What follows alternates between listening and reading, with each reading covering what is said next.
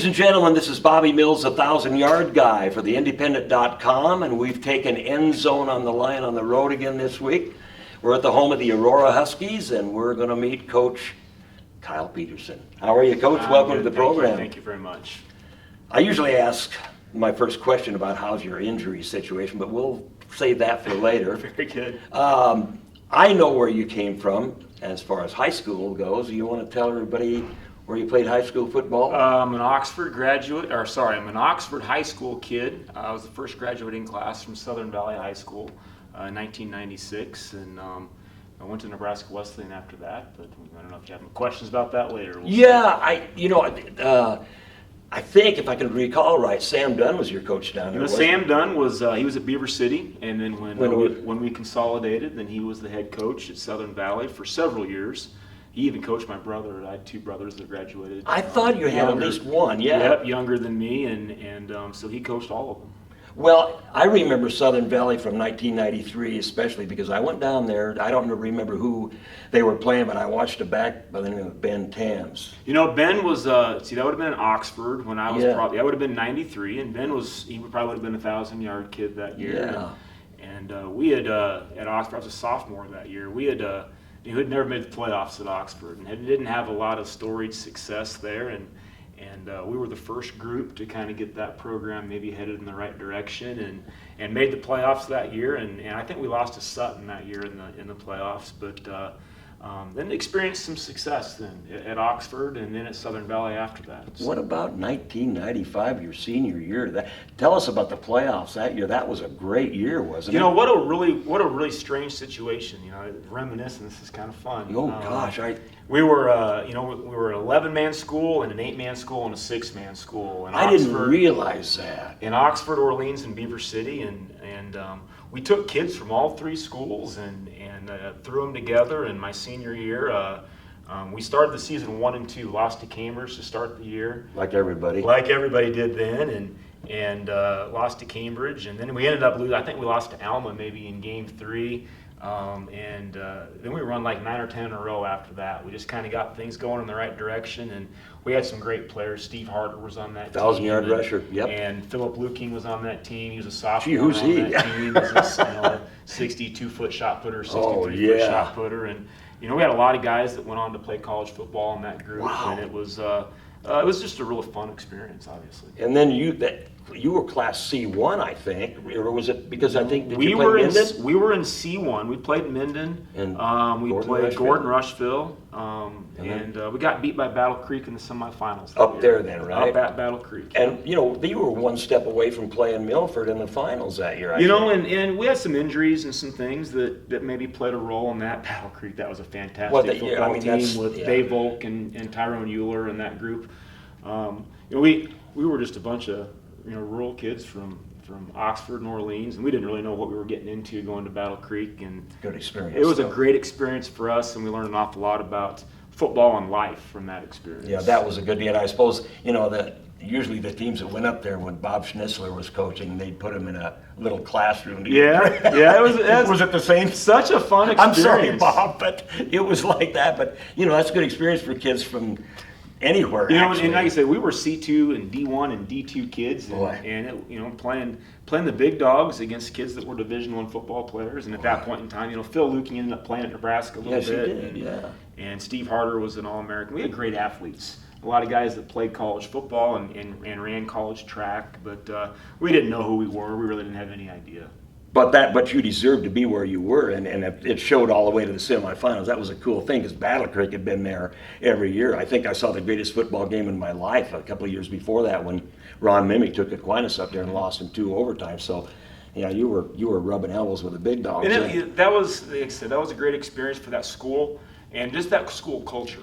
I mean, when you're consolidating and you're bringing 3 towns and 3 communities together, and that meant an awful lot, I think, for that school to experience that success, and we carried that success over into basketball season a little bit too. And we had some good athletes, of course, and then they had a pretty good football culture for a few years there while Sam was there. They did, yeah, very, very successful. And you played what position? Were you I was kind of a jack of all trades. I played offensive line. in high school, played a little bit of fullback in high school. Tom Leininger was actually the defensive coordinator on that team, and now he's he was my basketball coach and football coach in high school, and now he's the basketball coach here at Aurora, and lives about a block from me, and it's kind of fun to kind of have that relationship too. But he says that I was the only guy that I could play corner, I could play defensive line, I could play linebacker, I could play safety. I played a little bit of everything defensively. Renaissance man at Southern Valley. And it's kind of, that was a different era, obviously. But you can't really do that anymore. But in that era, that was maybe not so untypical. Well, probably what makes you a good coach now. So I had to ask you, when you took the Aurora gig, of course, I don't think it was like it was a new thing to you. When did you come to Aurora? Was it right out of college at Wesleyan? My first job out of Wesleyan was here at Aurora. 2001? 2001 is when I started.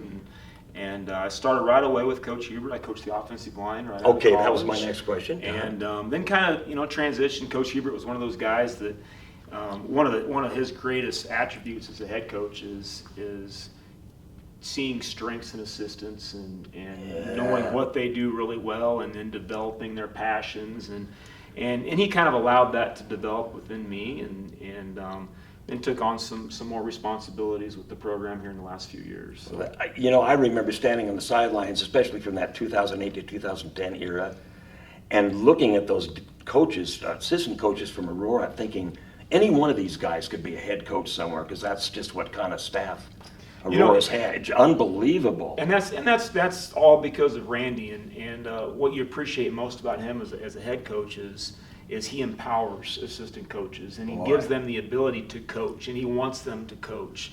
And because of that, then you kind of take it upon yourself. You want to do great for him, because he empowers you to do that, and I think we all felt that way.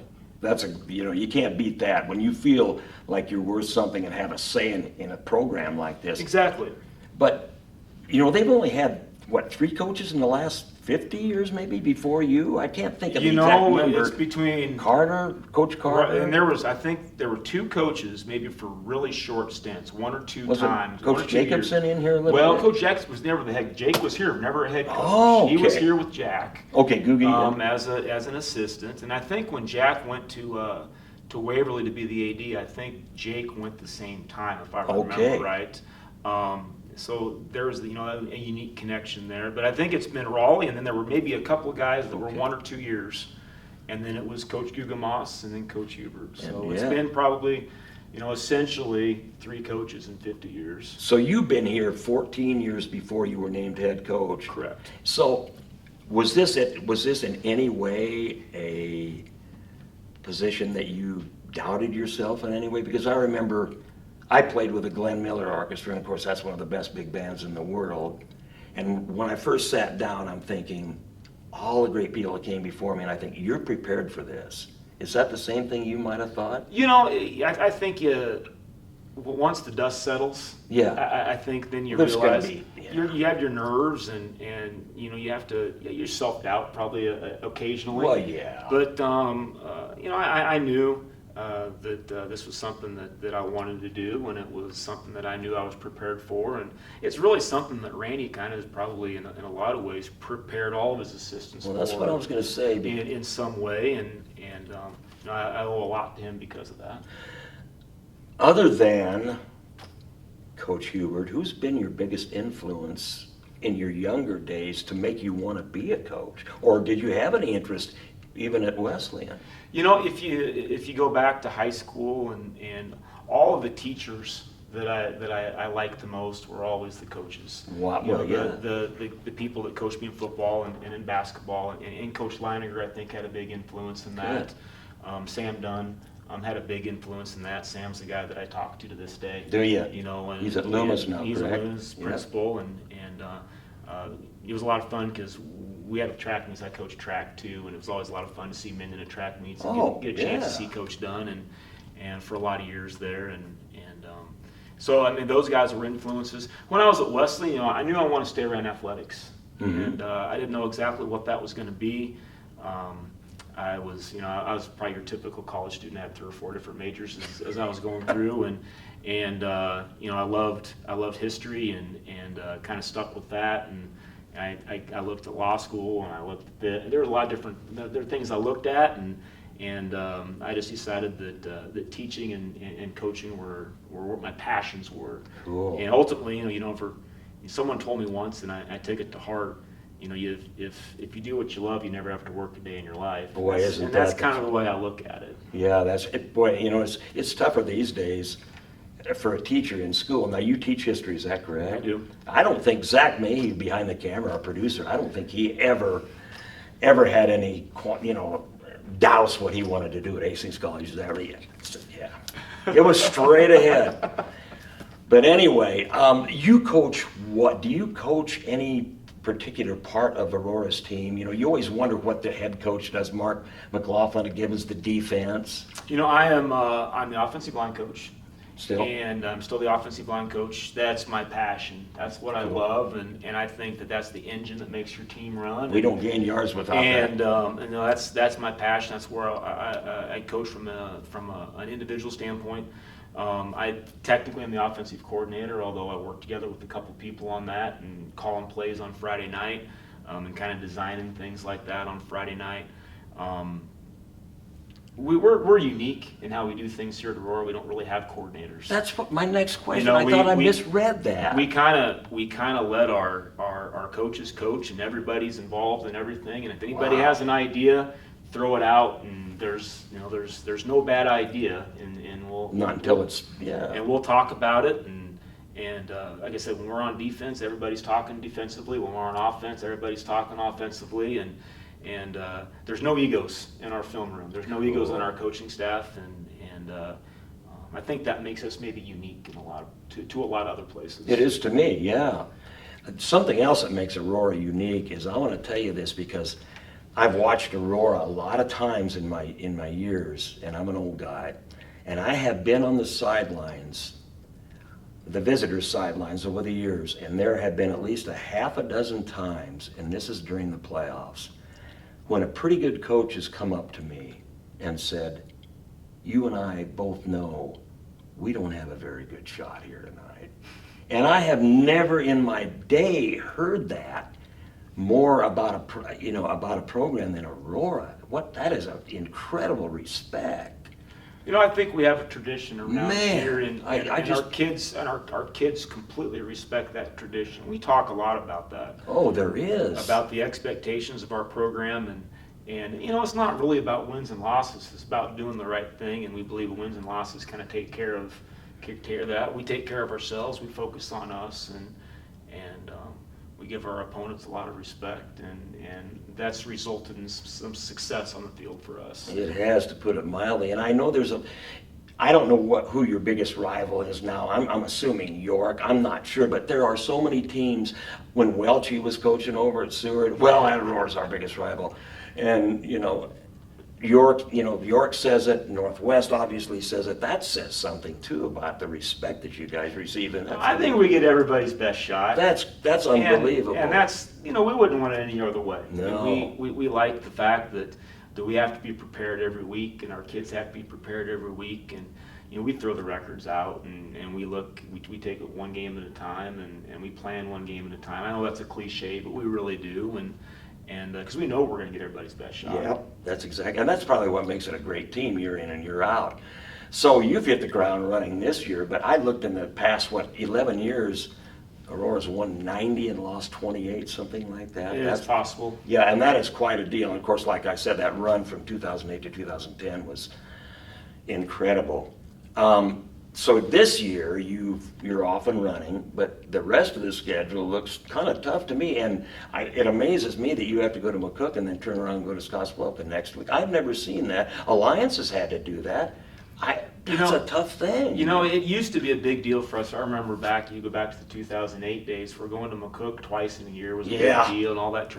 But with state scheduling and the way Class B and the map looks today, McCook's just a regular ball game for us. Boy, it is. That's just a road trip, just like York's a road trip. And that's your other rival. The Scottsbluff road trip obviously that's a little bit different. That's its own beast, but We've done that so many times with Alliance in the playoffs for so many years. Seems like we had to go out there about every other year for a playoff game there for a while, and we've been to South Bluff a couple times. We've been to Gearing's. We've been out. Not a big deal to our kids. Well, that's good, because if you're from Aurora on west, you're gonna play 2 teams a year. Yep. Between Gearing, Scottsbluff, Sydney, and Alliance. So probably just like a road gig, just like I do when I hop in the car and go somewhere. It's just like a road game for us, and our kids really respond pretty well to it. So I bet. Now, I've always noticed through the years at Aurora's uniforms haven't changed. There's nothing fancy about it, and that to me always just kind of indicated the blue-collar work ethic that this school has had in football. Nothing fancy about it. We're just going to go to work and do the job, and we're going to always be somebody that is going to get the best shot from everybody. And never changes. I mean, the football field and all that is updated, but the uniforms are nice, but they just never are fancy. We're not going to wear this to honor this tonight. It's just Aurora football. you know, and you know, kids are always talking about we want a pair of black pants, or we want to change this, we want to change that, because you know, in this era, you know, with your Oregons and your Miamis and everybody wearing these fancy uniforms, and that's kind of the kids love that, but I think they also understand the tradition of what we're about, and wearing all white on the road is something we take a lot of pride in, and not having a decal on our helmet is something that we take pride in. I noticed that right off over the years. And yeah, it's about tradition. In some ways, that's honoring all those people that have played before you. And you know, speaking of that, I mean, even when I was in high school, and thank the man upstairs, I didn't have to play against Tom Kropp. But you know, back when they played at the old park, I came and watched Aurora. I have to ask you, because I know what, as far as Aurora football, what my biggest disappointment or heartbreak was, and I've got to stay neutral, you know, but you get involved because I've had drum students from here, and I still do. What's the biggest disappointment you ever had at Aurora? I mean, the biggest heartbreak in a football game in your years? And I don't want to be negative, but I know what mine is, and it just, there's an image that will never leave my mind. You know, we've lost some heartbreakers, and we've won a lot of classic games in the last second. And we thought we had a real nice football team in I believe it was 2005, and we went down to Beatrice and lost a heartbreaker. We turned the ball over a couple times in the second half and lost a heartbreaker down there to a team that went on and really had a chance to beat McCook in the semifinals, and we're probably as good as anybody in the state. We thought we were, and that was a heartbreaking loss. We've had some other heartbreaks, but you know, obviously Ty Brockmeyer getting hurt in 2010 was a heartbreaker for us, and what in all reality was probably our best team, that 2010 team. We had in 2008 we just played really well. In 2009, we were talented. In 2010, we were really talented. I know. And so to lose Ty that year, you know, that's to win. You know, when you won 3 championships in a row, that would have been pretty special in Class B, and it's never happened. And, and we had a chance. You know, we had a chance without him, but we had a real legitimate chance with him that year. Yeah, of course, you were up in the press box at Doane that day, and I remember standing on the sidelines, and Aurora just doesn't give up. They do not succumb to anything. And I remember when the halfback passed to my drum student, Jake Schaefer. Overthrew him, yeah. Yeah, and overthrew him, and I saw Coach Hubert and I saw Nate Larson drop their heads and take their headset off. And there was still time on the clock, but obviously not enough time because they were just going to fall on the ball. That is the most heartbreaking thing I've ever seen, to see these 2 guys take the headphones off and in essence wave the white flag, but not really, because I knew what the potential was and what could have been. Yeah, that was a really special group of kids. That senior class had not lost a ball game since the second game of the year as sophomores. Yeah, when we lost to McCook the second game of the year, and that group of kids just fought tooth and nail, and you know, playing without the leader in your football team that day, and they wanted to win that as much for Ty as they wanted to win it for themselves. And almost pulled it off. Came with this against what we think was probably one of the best Class B teams in recent memory, in that Crete team. Chuck had a great team that year, and you were in it until the end, and shouldn't have been on paper without Brockmeyer. But that's it, and that's what makes high school football so much. High school athletics so memorable, as you remember those good moments. You remember that, you know, there's so many great moments where we won ball games at the end. For you guys, yeah, for sure. Where maybe we shouldn't have won ball games at the end of, and you remember those. It isn't you remember Aurora those two. luck, that's just skill, and the better you are, I think, the more moments like that Well, I think it's happen. preparation. Yep. I think that your kids and there's expectations. I think the kids expect to win. Well, I know that. They Yeah, expect, just they do. expect at the end of ball games that someone's going to make that play. And that's been And- going on for And years. they expect, and they kind of expect that they're going to be and make that play. I'm the one that's going to make that play. It's kind of fun to be around a group of kids like that. Yeah, how would you like to have 11 kids like that on your team, Zach? Couple final questions. Who is the best individual you've ever coached that just was always willing to go the extra mile? Maybe did not contribute to the team every week, but somebody that just you would like somebody to look up to and emulate it. Boy, that's a great question. And there have been probably, I don't know, it's probably like saying, who's my favorite drummer? Well, there's a million of them now, but You know, the kids that jump out when you ask that question are the seniors that don't get to play a lot, yeah. but they're kids that come to practice every single day making their teammates better. And they're on scout team or they're in an individual drill, making the kids that are out there better. And there's been so many of those kids. You know, those kids that just, they go through the grind and they go through the grind for 3 years. They don't really get a lot of playing time, but they make the team better. And that's kind of, you talk about things that make maybe us unique, or some things that I think are special here, and that's special here. We get a lot of those kids. Cool. A lot of those kids. But you have to be good to play quarterback in Aurora. But you really never know, because there's been years when Aurora's lost 2 quarterbacks, and that third guy comes in and is pressed into service. It's good. It's a good thing they look at it that way. You know, they look at it that way, and they come to practice every single day, and you know, when we lost Seth Schnockenberg, he practiced really, really well that year we lost Ty, and he came in and did a great job stepping He in, and certainly did what he could do, and was a starter the next year, and we won like 11 ball games the next year with him at quarterback. I know. I mean, he was a great kid, and came to practice every day, ready to do his job. We've had seniors do the same. Seniors that didn't start, that when their number was called, you know, they were ready to play. So. And what about your lower programs? Is that as strong as, say, a Class A? You know, we're a unique place. Can't wait to hear this. The 2008 senior class went 0-4, 0-4, That's what I thought. 0-7 Is it, as I, freshmen. I thought somebody was lying. So to they me. were 0 for 0 for and 0 for. And what makes us, I think, our class size is a little bit this way. We don't ever, I don't ever remember a time where we put 11 seniors on the field. You know, we're almost always 5 and 6 and 1 or whatever. We have to combine classes here to have some success, and you know, we rarely, if we have a middle school football team that goes 2-2, we're excited, because we must have some athletes in that group. You know, a special kid, and you know, we've had a few 9th grade teams go through that were successful, that they'd win 5 or 6 games, but very rarely. Usually we're 3-3 or 3-4 at the 9th grade level, and you know, we had a string. You know, I don't Coach Wilson to know the number here, but I think at one point in time we had run like 48 or 49 JV games in a row, and those kids had never won, you know, 7th, 8th, and 9th. But you can combine them. Yeah. You know, and you combine those classes, and you add to it kind of a culture.